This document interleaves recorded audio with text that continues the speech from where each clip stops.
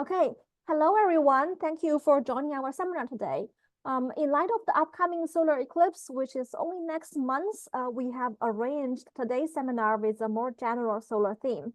We have our speaker to be Dr. Bryan Mendez today. Dr. Bryan Mendez is part of COFFIES as our DEIA team lead. He is an astronomer and education specialist at UC Berkeley's Space Science Laboratory and an adjunct professor of astronomy and physics at Bay Area colleges. He works to educate and inspire others about the wonder and beauty of the universe. He develops educational programs and resources for students, teachers, and the public, and also conducts professional development for science educators. He also teaches college courses in astronomy and physics. Well, let's welcome our speaker again, and I'm looking forward to hear about cultural expressions of the sun. To Bryan. Thank you very much, Riju. And I just want to double check, did you start the recording? Yes, the recording has, yeah. Wonderful. Well, thanks everyone for inviting me to do this. As a member of COFFIES, it's kind of fun to actually talk to you all about something a little different. You usually hear me talking about DEIA, or now occasionally I've been telling you about some of our education plans. But today I'll get to tell you about one of my interests for many years, which is cultural astronomy. I teach a course on it at Berkeley. And so full disclosure, you all are going to get one of my, a shortened version of one of my lectures about the sun today. So what I'll be talking about is, the sun, of course, is kind of the most important thing. I'm sure that most of us kind of feel that way, but it's so important to our lives as humans. And so naturally humans have created a lot of traditions. I mean, every single culture has their own traditions around the sun. And, in 1 hour, we won't be able to touch on all of that rich history. So I'll be giving you this kind of broad survey of several traditions, looking at similarities and differences. But one of the things that I would invite you to do is, if you know a tradition that you're really excited about and you'd like to share at any point, raise your hand or drop it in the chat and or the Q&A, whichever works for you. And I want to make space for everyone to kind of share some of their favorite traditions around the sun. So I'd like this to be as interactive as possible. And, so rather than like saving questions for the end, I encourage you all to speak up as we go. So this opening slide just gives you a sense of some of the types of things that we'll be looking at. But I want to start actually with the name of the sun itself, and particularly the name in English. Because one of the things that I found very interesting is that, especially in the United States, people don't recognize the sun as its name, right? They think that it has some other name. Most often I hear people thinking that it's the Latin name of the sun is the sun's name. But of course, the sun is its English name, and it comes from a character in Norse mythology whose name was Suna. She was a goddess, and she has a twin brother named Moni. And Suna and Moni are this pair who are personifications of the sun. And so lots of times in culture, we see the sun either being depicted as an object that deities are associated with, or sometimes we see depictions of the sun as that deity itself. And so in this case, the idea is that Suna and Moni are literally the sun and the moon, and they move across the sky every day. And they do so in a chariot drawn by horses. And and we'll see that that's a theme that crops up again and again. But one of the interesting things about why they're constantly in motion is that they're always being chased by these great wolves that you see depicted in the image here. And the story of Norse mythology, of course, is that the gods don't live forever, and eventually their time runs out. And for Suna and Mauni, when the wolves finally reach them, that is a time that in Viking tradition was known as Ragnarok, which for those fans of movies in recent history have heard that name kind of come back around again. The Ragnarok is this idea of the end of the gods' time. And so the wolves will actually finally catch them at Ragnarok. But as long as the sun and the moon are still moving through the sky, it hasn't happened yet. So, Suna, as you can kind of hear, is the root that leads to the name sun in English. And one of the things I like to point out is that sun in English is a proper name, right? And so therefore it should be capitalized when we mean the object, the astronomical object, the sun should be a capital usage. Whenever you see it in a lowercase, it kind of means something else. It kind of means sunlight, right? So when you say, I'm going to let the sun into my room, you don't mean I'm going to open up my shades and let the actual astronomical object into your house. You mean it's you want the sunlight in. And so in that case, it's kind of the lowercase s. Another way that we've seen it used a lot in kind of more recent language is maybe to refer to another star who's the parent of another planetary system. So you might call that a sun, in which case it would also be appropriate to use the lowercase version. This is something that I always rail against whenever I'm writing an article for publication in a news article, right? Because the Associated Press has these kind of outdated or ways of using capitalizations, and they always insist on using lowercase s. And I always say, no, sun, it's its name. Well, let's look at some other names of the sun. So the one, as I alluded to, that a lot of people think is the name of the sun comes from this character who comes to us from the Greco-Roman traditions. In Greece, he's named Helios, and he's a Titan, one of the great old deities. And he also is a personification of the sun and carries that sunlight with him as he moves across the sky in a horse-drawn chariot. Oh boy, that's very seems like that's very much like Suna. And he also, by the way, has a twin, and in his case, his twin is named Luna, or Selene in Greek, Luna in Roman. And the Roman version of Helios is Sol Invictus. So that's where the name Sol comes to us from Latin. And all of you solar physicists, of course, now at least understand the roots of the names, right? Heliophysics comes from Helios, and solar science comes from Sol Invictus. Sol was he's the Roman version of Helios, and he was actually one of the main symbols of the Roman Empire. They used him on their money as a symbol of Roman power, because the sun, of course, has great power. Some of you may be familiar with, if you're familiar with Greek mythology, you'll know that the Titans were replaced by the Olympians, and then new gods took over for the sun and the moon. Apollo, or Adonis, is the Olympian who took on the responsibility for the sun. In Chinese tradition, there originally were 10 suns named Taiyang, and these suns were actually birds, three-legged birds, kind of like crows, but of course they're not exactly crows because they've got 3 legs, and they shine bright like the sun because they were the sun. And their mother was a goddess named Shihu. And Shihu would every day go over to the east and gather up one of her children and place it on her carriage that would be carried across the sky by, instead of horses this time, it's a dragon who carries Shihu and one of her children across the sky. And so every day they go through this process, and we have the motion of the sun.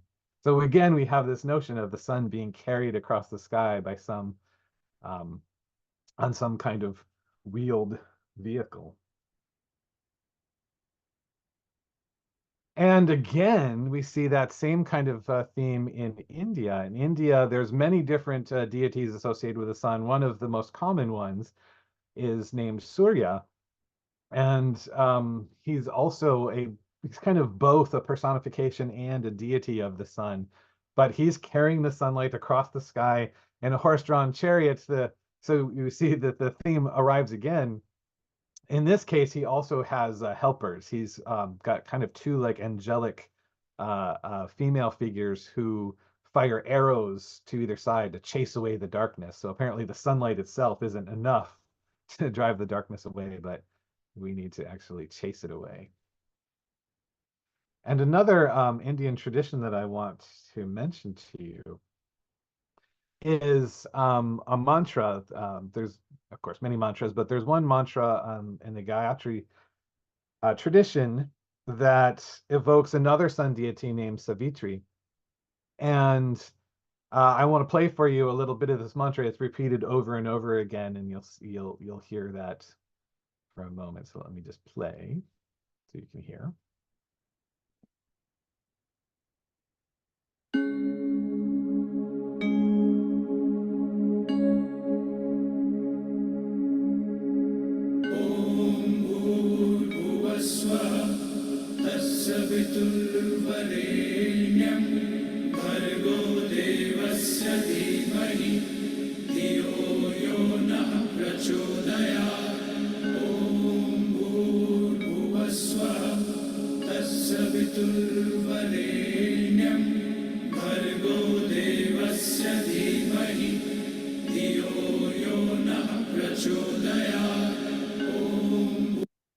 So there was a couple of repetitions, and the traditional use of this is often to repeat the mantra over and over and over again as a kind of meditation. It's often done without any musical accompaniment. For the video, there was some musical accompaniment done with that.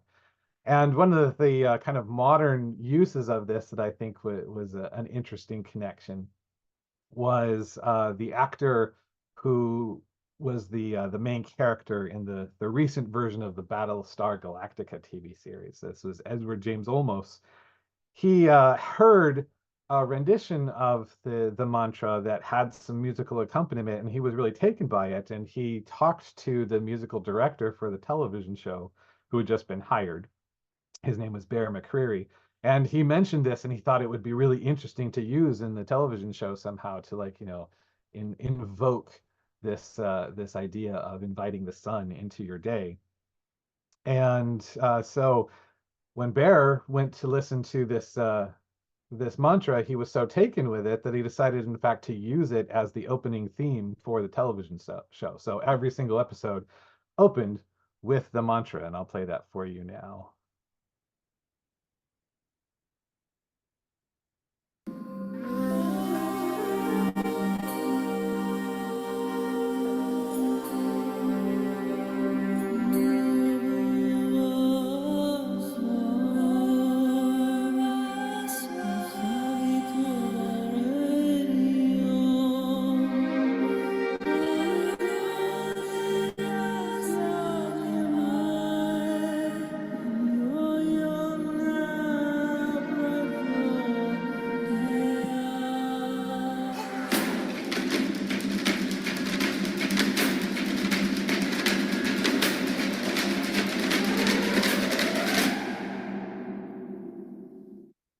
So there we go. There's an interesting way in which the sun keeps working its way into our lives.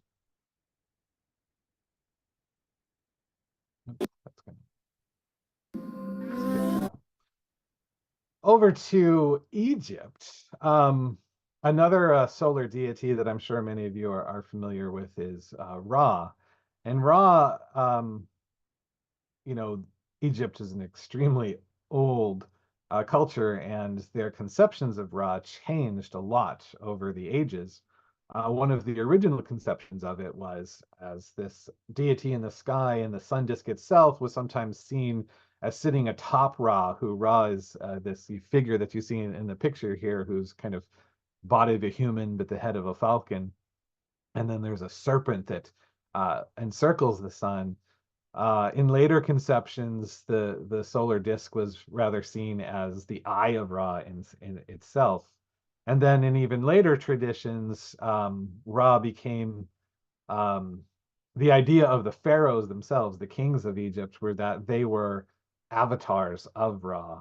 And so it was one of the ways that they would kind of justify their rule, that they were somehow divinely picked to be the pharaohs of Egypt. So Ra is extremely important then, and therefore the sun is an extremely important part of Egyptian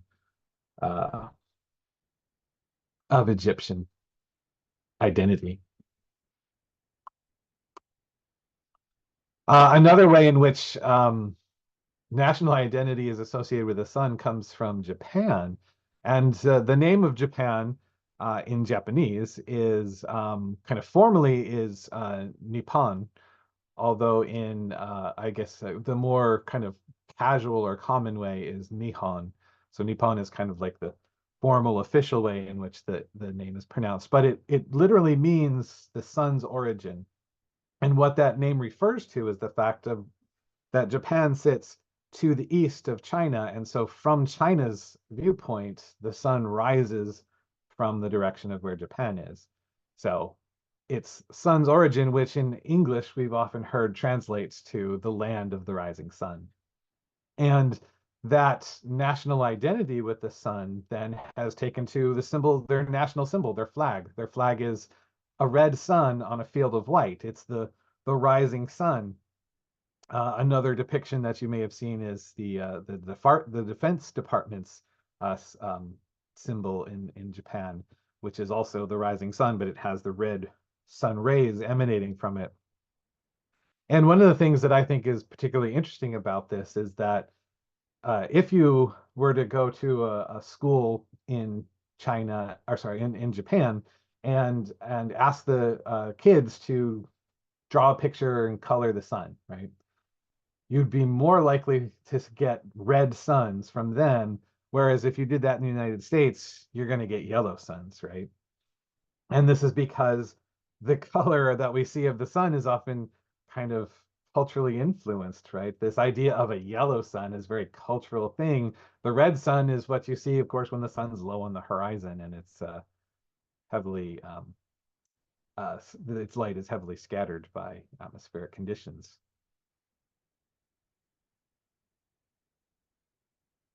Another sun symbol on a flag that you may or may not recognize is the flag of the state of New Mexico. And it uses this, on a field of yellow, it has this red circle with red rays emanating from it. And this is a sun symbol used by the indigenous Zia people who are from the region.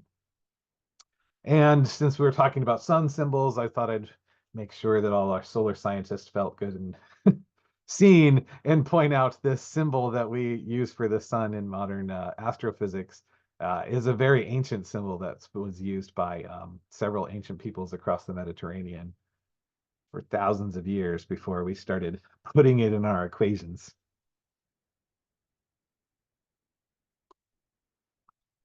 I want to move on and talk a little bit about the sun and timekeeping, because timekeeping is another way in which we're always kind of aware of the sun. And the basic unit of time that we can see throughout the world is the day, right? And the day is marked by the sun itself. The motion of the sun in the sky is how we mark a day. There are, of course, different ways in which cultures may define when the day starts. There's many cultures that define the day as starting with sunrise. There are many fewer cultures you'll find that mark it by noon. There are some cultures that mark it by sunset. And of course, there's our modern way of doing it, which is to mark it by midnight, which is somewhat counterintuitive because, of course, we can't see it at that time. So you're marking it by where you think it is because you think you know how it's moving. one of the things that I think is interesting about this is that, you know, what motivates people to make these different choices. Um, you know, because if you're marking the length of the day by sunrise or sunset, then it's going to be highly variable across the year unless you live in tropical regions.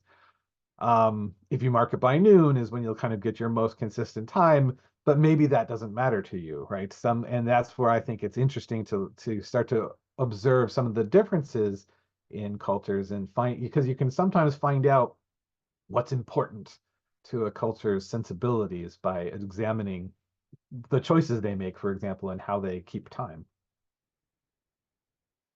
So in a discussion of calendars, I always have to start with this, you know, famous symbol from Mexico and point out this is not a Mayan calendar. So if you ever see this symbol and then somebody say the words Mayan calendar, you can immediately ignore everything else they're going to say because none of that is correct.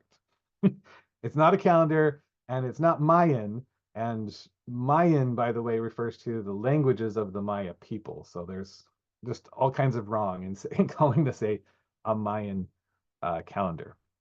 It's I'll say a little bit about it in a moment, but it's not a calendar for one, and it's not from the Maya region. It's actually from a little farther to the west and to the north of in Mexico, and it was used by the Mexica people who became known as the Aztecs um, by the colonizing forces of Mexico.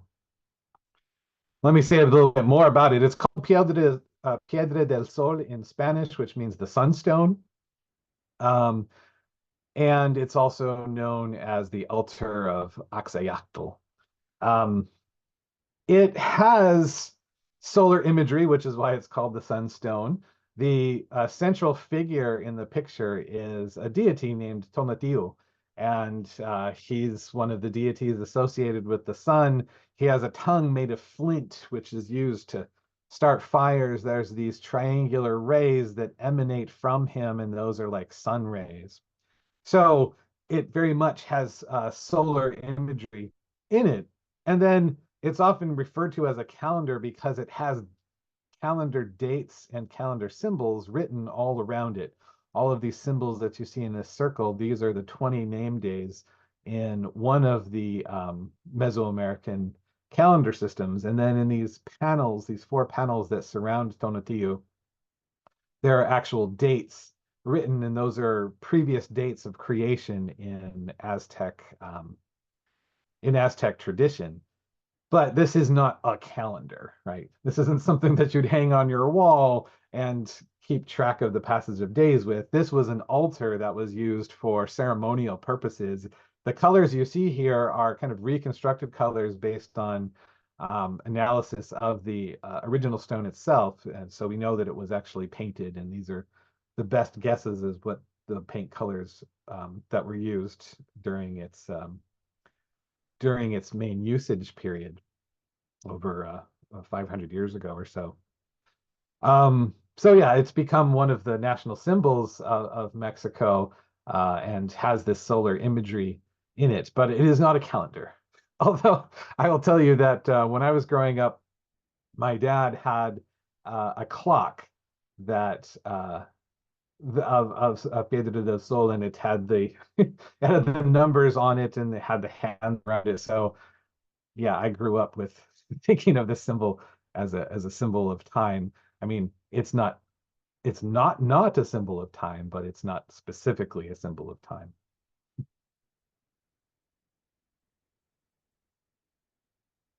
So let's talk about the Maya and their traditions around the sun for a moment.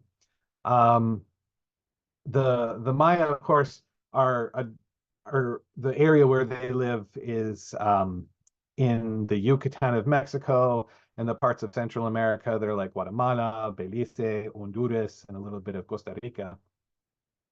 Um, Over the course of their history, there was many different versions of their stories. And so the stories that we know now are a little bit more modern. We know some of the older stories that we can see written on temple inscriptions, but some of the remaining pottery and the few surviving bark books do tell some stories about the sun and the moon, and one of the most important one was of this pair of twins who are called the hero twins, and they are Hunahpu and Spelunky, and they're a pair of twins who came to Earth before time began to save their father, who was held in the land of the underworld by the lords.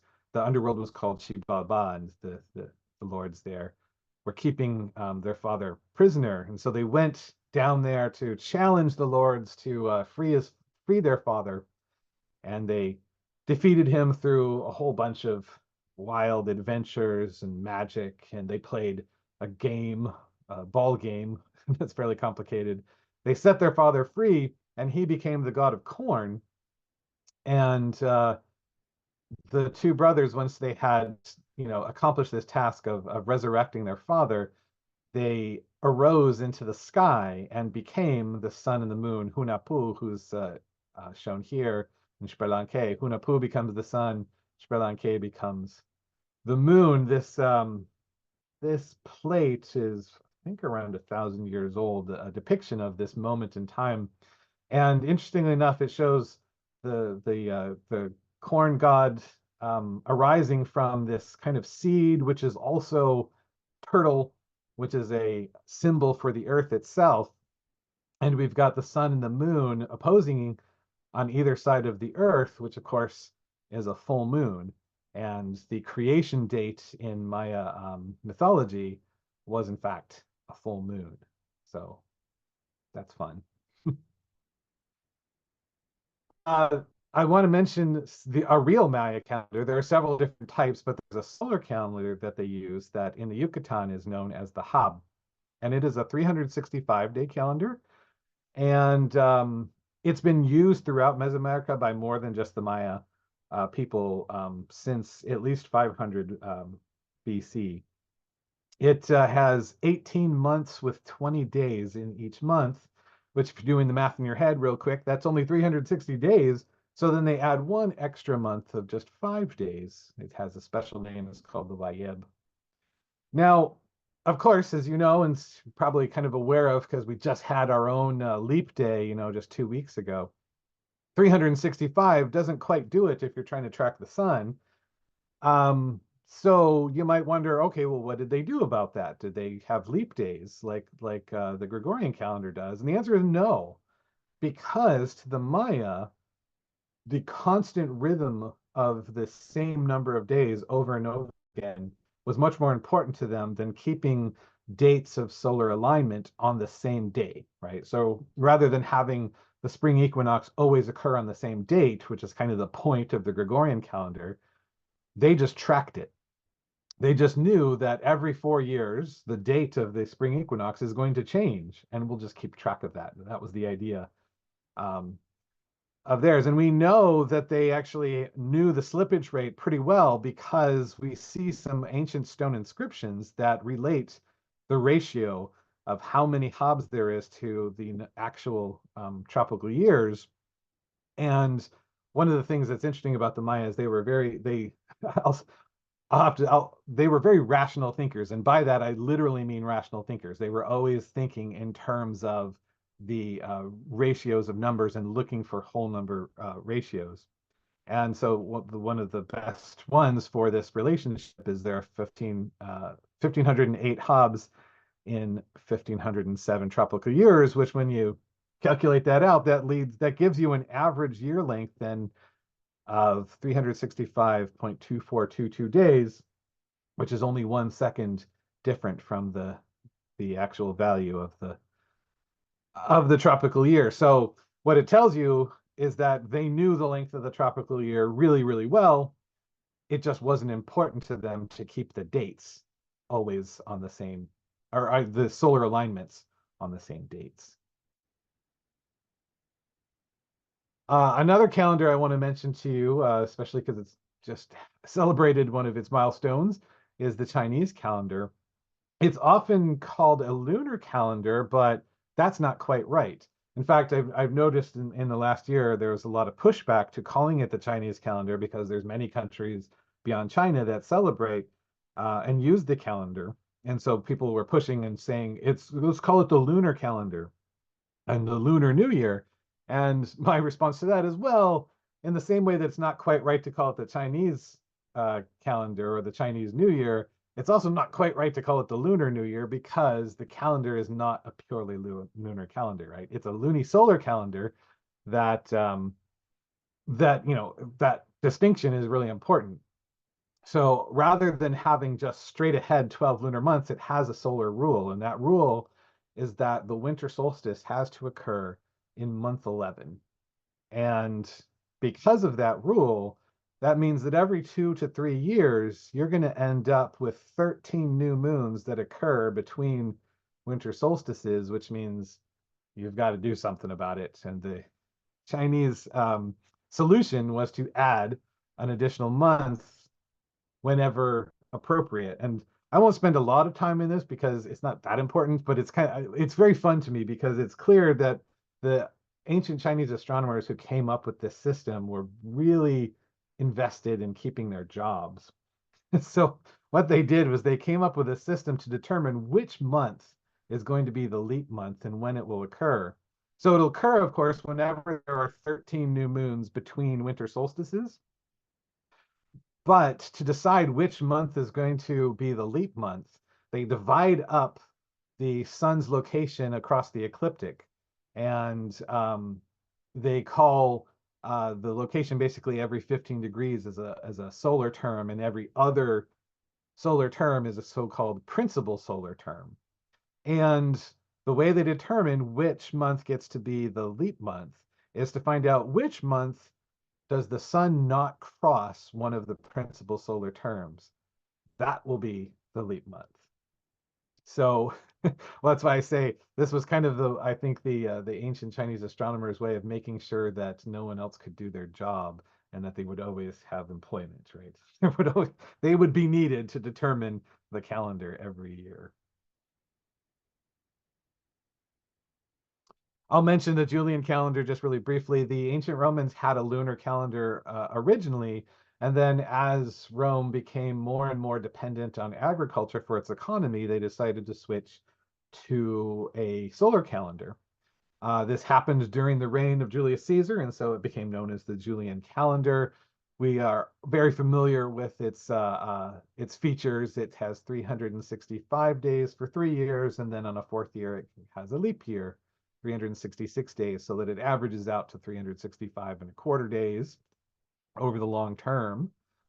And that works pretty well for the Roman purposes at the time. It slips by 1 day every 128 Julian years. And so that wasn't a big deal for ancient Rome. So they went with it for a good long time.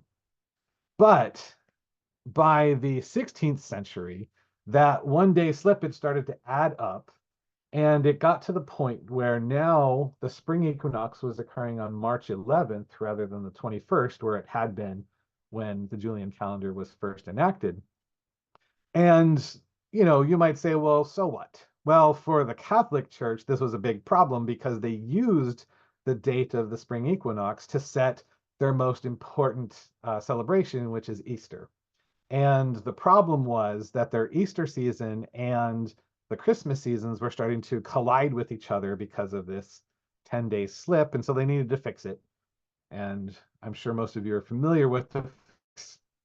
The fix was, first of all, skip those 10 days. We're just going to reset the calendar. So we're going to skip those 10 days. So that meant that October the 4th in 1582 was followed by October the 15th.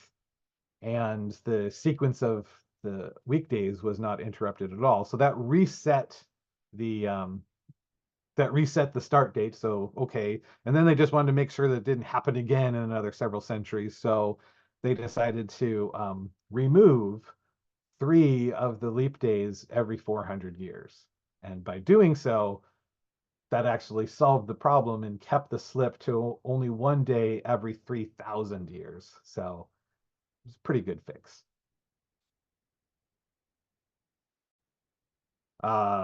And so there we are. This is what we have now. So yeah, it's the current average over 400 years of the Gregorian calendar is pretty close. It's just about 26 seconds different from the real tropical year that we're familiar with. One of the things that I like to point out is a lot of holidays that we, especially in the United States, celebrate are related to these seasonal motions, whether we recognize them or not. And one of them I want to point out, and it's a bit of a long story, so I'll take a deep breath, is Halloween. So in one of the Celtic traditions in pre-Christian Europe, the seasons were considered to start not during the equinoxes or the solstices, which were called the quarter days, but they were thought of to start in between, so halfway between the solstice and the equinox, which are called the cross quarter days. So winter was thought to start at the beginning of November, right? And so the winter solstice was then called Midwinter's Day. And there were many festivals that would celebrate the beginning of winter and the end of fall. At that time, Samhain was a famous festival that the Celtic traditions celebrated around the beginning of November. And throughout Europe, as Christianity was starting to spread, they had celebrations of things like All Souls and All Saints Day, which were celebrations of people who had passed on. And there was this ongoing campaign to try to convert the non-Christian population of Europe over to Christianity by kind of remaking their holidays. And so this French monk decided to move the dates of All Saints and All Souls Days to the beginning of November to coincide with the Samhain festival to try and like make them over with these Christian themes. And over time, that relationship became a little bit muddled because of the Julian day slip and then the Gregorian adjustment, which didn't change the dates of All Souls and All Saints Day, because nowadays what happens is the actual cross quarter day occurs about a week later. It's November 6th or 7th, but the date, of course, of the festivals is still November 1st. All Souls and All Saints Day, of course, is where we get Halloween, right? All Hallows Eve, All Hallows Day is All Saints Day on November the 1st, and so All Hallows Eve is the 31st, and that's get Halloween. When the Christians came to the Americas and started to do the same kind of thing across the Americas that they had done in Europe to try to remake, to try to Christianize the people by kind of remaking some of their celebrations, they again did the same thing, but this time with a celebration that many indigenous people had. And again, it was in a very similar theme, right? So there were these celebrations that would celebrate the people who had passed on. And by taking All Saints and All Souls Days and kind of layering them on top of those, we end up with the modern celebrations in Latin America now of Dia de los Inocentes, which is the Day of the Innocents or the Children on November 1st, and then Dia de los Muertos on November 2nd, which coincide to those ancient Christian celebrations, which coincide with the more ancient celebrations of the seasons. All right. Another kind of tradition besides timekeeping is architecture. And one of my favorite architectural expressions of seasonal motions is was given this name hierophany, and it was a phrase that was or a name that was coined by Mircea Eliade, and she called it a revelation of the sacred in an object or event of the otherwise profane world. So in other words, it's a way to use something very simple, right? Something kind of everyday, shadows, tricks of shadows and light, to reveal something kind of a deep connection to natural phenomenon. And so I'll give an example of those across history. One of the oldest known hierophanies occurs in Newgrange, Ireland. It's a tomb that's around 5,200 years old.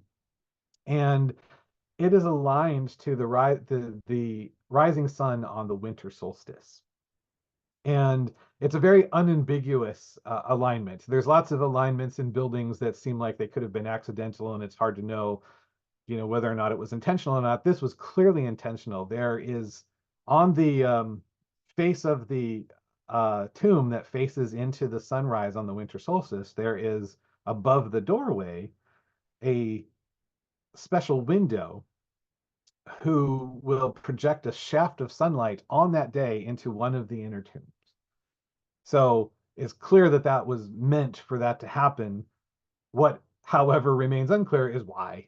And this is one of, I think, the big it's one of the big challenges of archaeology and archaeoastronomy, is that, unless people leave a written, or if there's any, unless there's no living memory or any written um, explanations for what these things are, all we're kind of left to do is to speculate, right? And that is the case. We know almost nothing about the ancient farming community that built Newgrange. And so they're really, all we can do is speculate as to what the meaning of this alignment was, who was buried in there, and why would they got special, why they had that kind of special alignment constructed for them. But nonetheless, it is clear that that was something intentional and something that they were doing and noting. Another people often think of, and so I'll mention, is the Great Pyramids of Giza.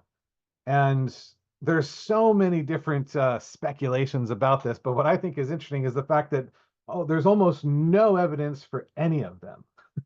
And the only thing that we can say actually with any certainty is that the pyramids are laid out in an interesting pattern, such that if you're at the center, the apex of each pyramid, then the other pyramids are just out of range. They're just beyond the range of the sunrise and sunset locations on the horizon, which are marked here by these X's. So this is the sunrise location of the the summer solstice, and this is the sunrise location of the winter solstice, and then likewise. And so you can see that the pyramids, the big one was built first, and then they were kind of built in order afterwards.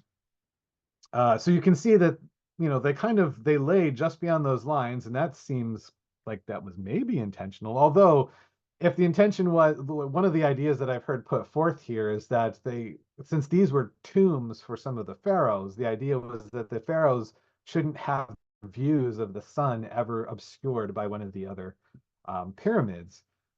And my immediate thought to hearing that was, well, they could have gotten away with that by just simply building them along a north-south line, right? That would have also accomplished the same thing, but perhaps that was impossible. Maybe the land right here didn't work for that. Who knows? These were built 4,500 years ago. And again, there's not a lot that is known about particularly why they were aligned the way they were.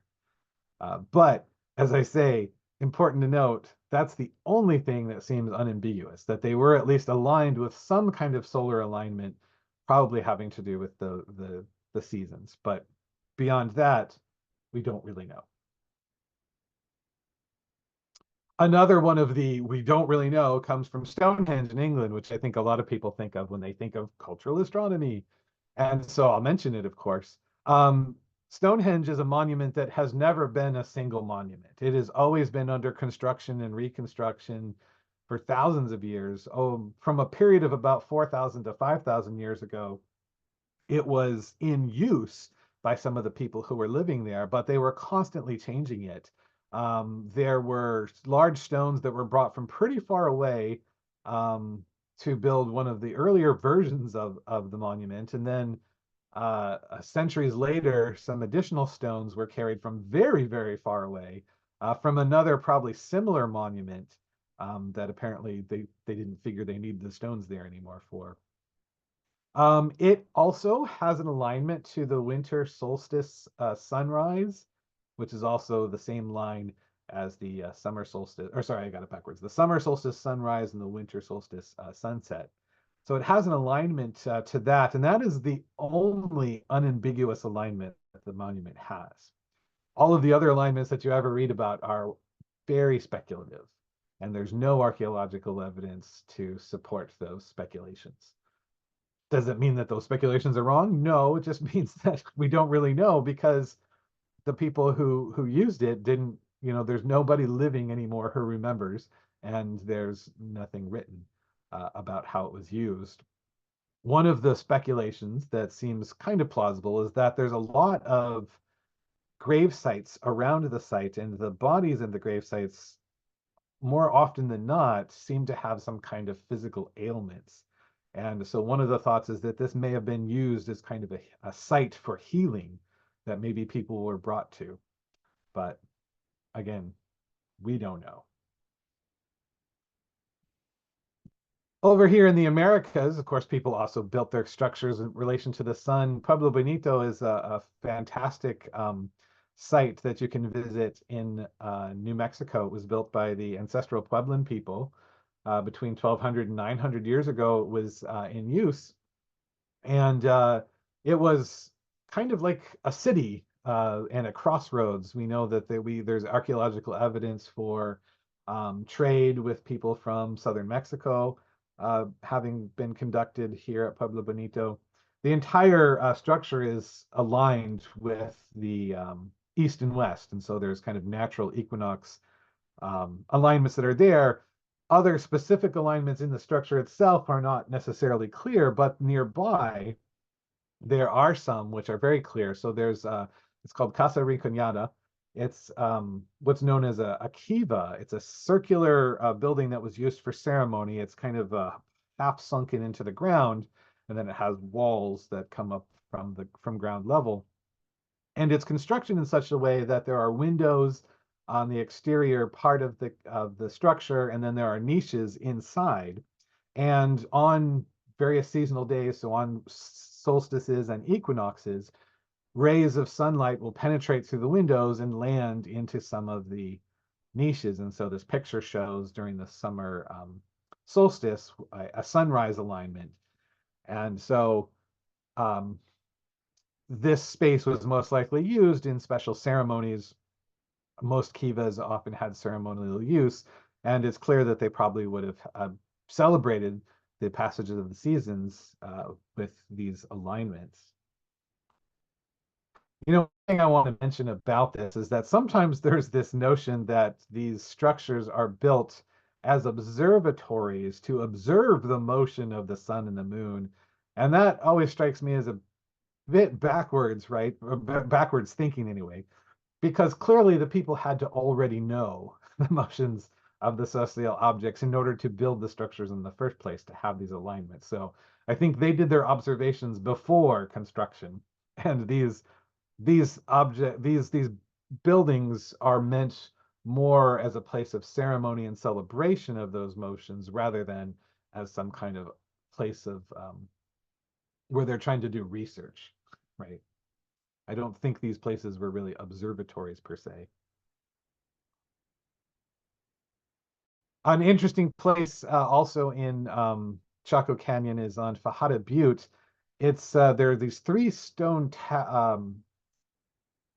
tablets that kind of basically fell from a higher cliff face. And when they fell, it seems what was likely happened is that the local Pueblan people had noticed that over the course of the seasons, the sunlight that actually made it through those slabs would make various patterns. And then they drew these spirals to kind of mark the seasons in there. And we don't know exactly for how many centuries that lasted, but we do know that in the 1980s, tourists visiting the site did enough walking around that the stones shifted, and the effect actually no longer occurs, which is a huge bummer. I want to return back to the Maya people and mention some of the alignments that happened there. At the temple, at the great city of Chichen Itza, there's the biggest temple there, which is called the Temple of Kukulkan, or sometimes it's called the Castle of Kukulkan, El Castillo, which is Spanish for castle. It's a four-sided pyramid, On each side, there are 91 steps that lead up to the top temple. So 91 times 4 gives you 364. And then the final step into the temple up top gives you 365. So the solar year is kind of celebrated, in the architecture of the building itself. And another really cool celebration of the seasons is that Kukulkan is a solar deity who brings the energy of the sun down to earth, and he's everywhere at Chichen Itza, except for on this building. On this building, he's only depicted in one location, which is on the north-facing staircase.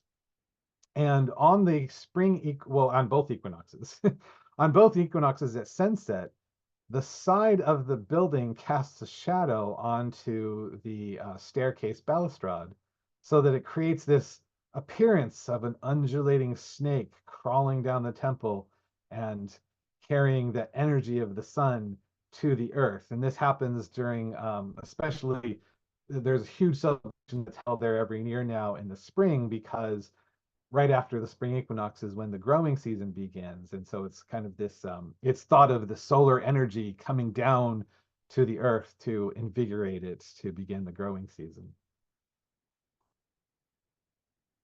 Another one I want to quickly mention is this is an interesting case where the sun is used by people to, again, associate themselves and their royal rule with the sun. This is called the Temple of the Inscriptions in Palenque, Mexico. It's called that because there are several stucco inscriptions on the wall inside the inner chamber.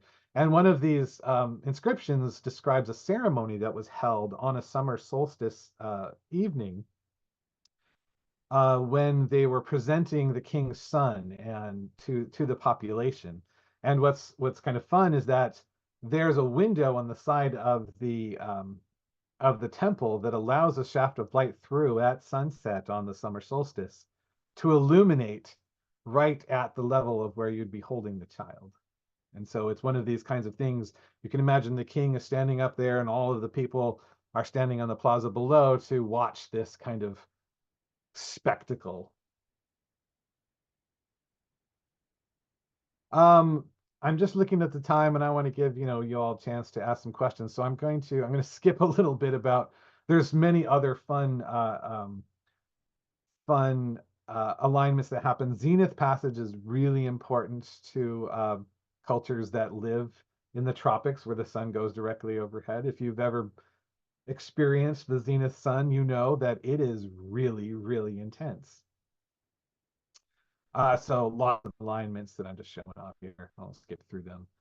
I want to mention the total solar eclipse, since that's coming right up, and cultures around the world, of course, have their traditions around them. And one of the things that I think is very interesting is there's a very common thread about eclipses, which is that, generally people consider them with dread. If you remember, me talking about the Egyptians and Ra and how and Sol Invictus, there's many cultures that kind of use the sun as a symbol for their national identity. And so the idea of the sun disappearing is really not a great idea, right?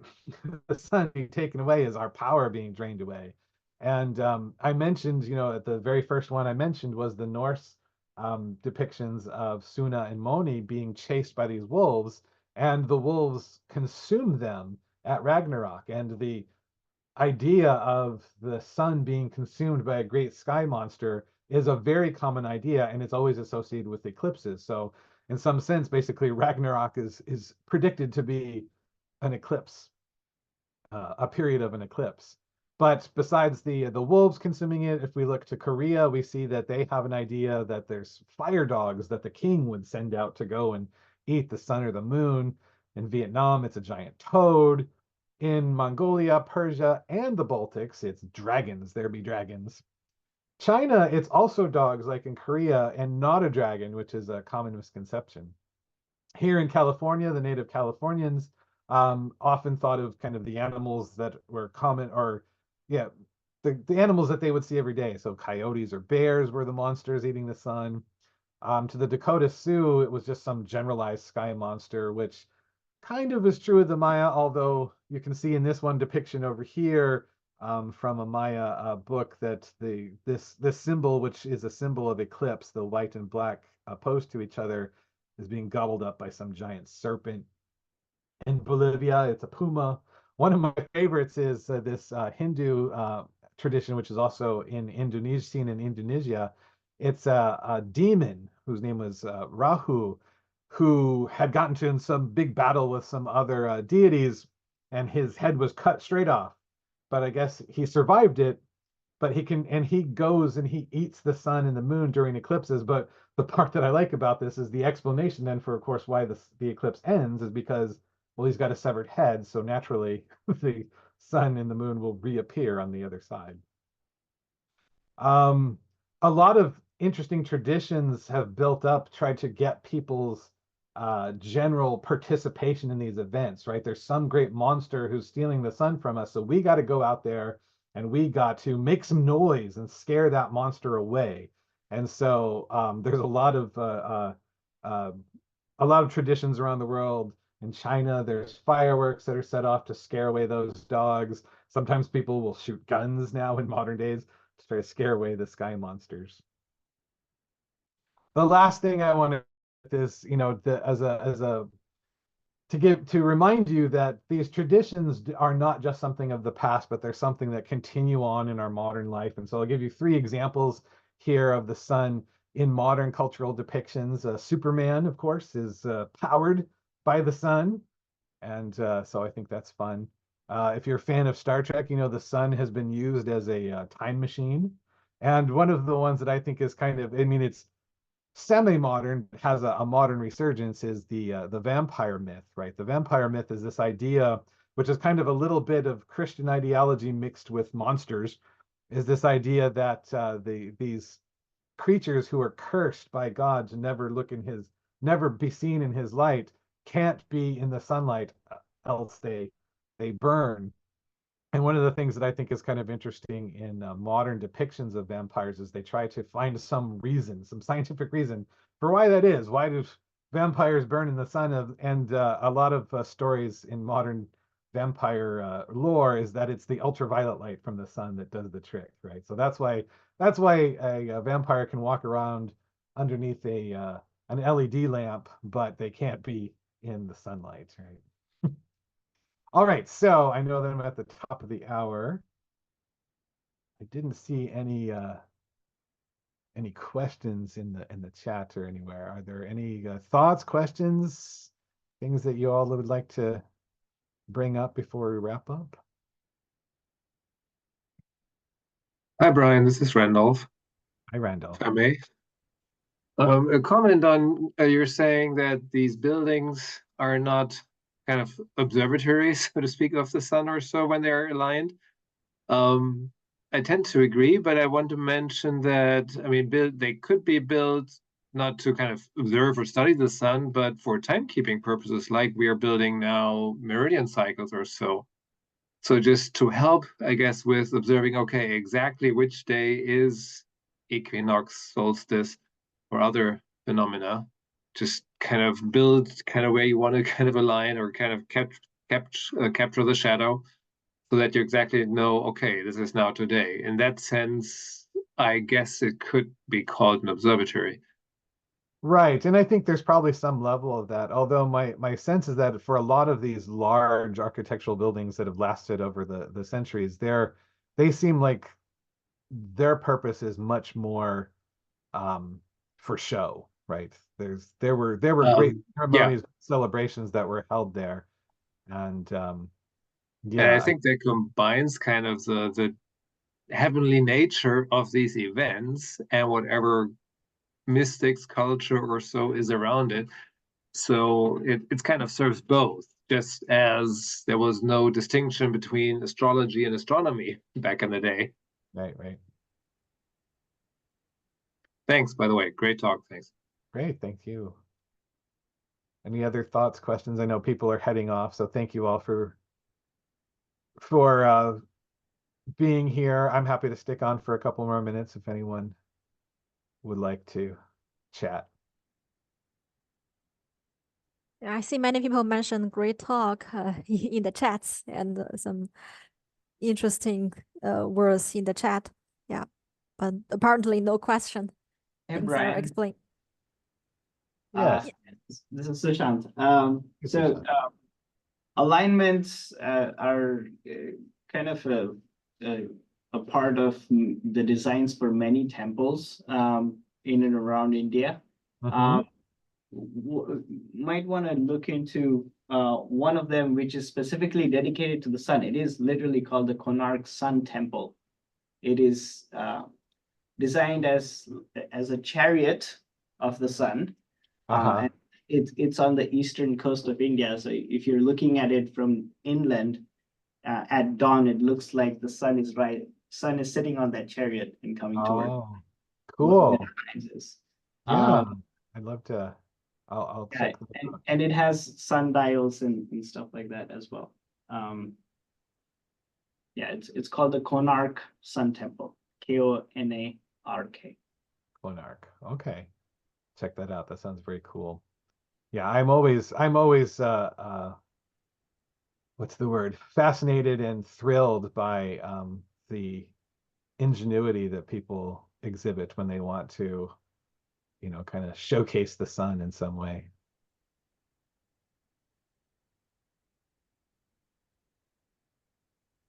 Any other thoughts or comments?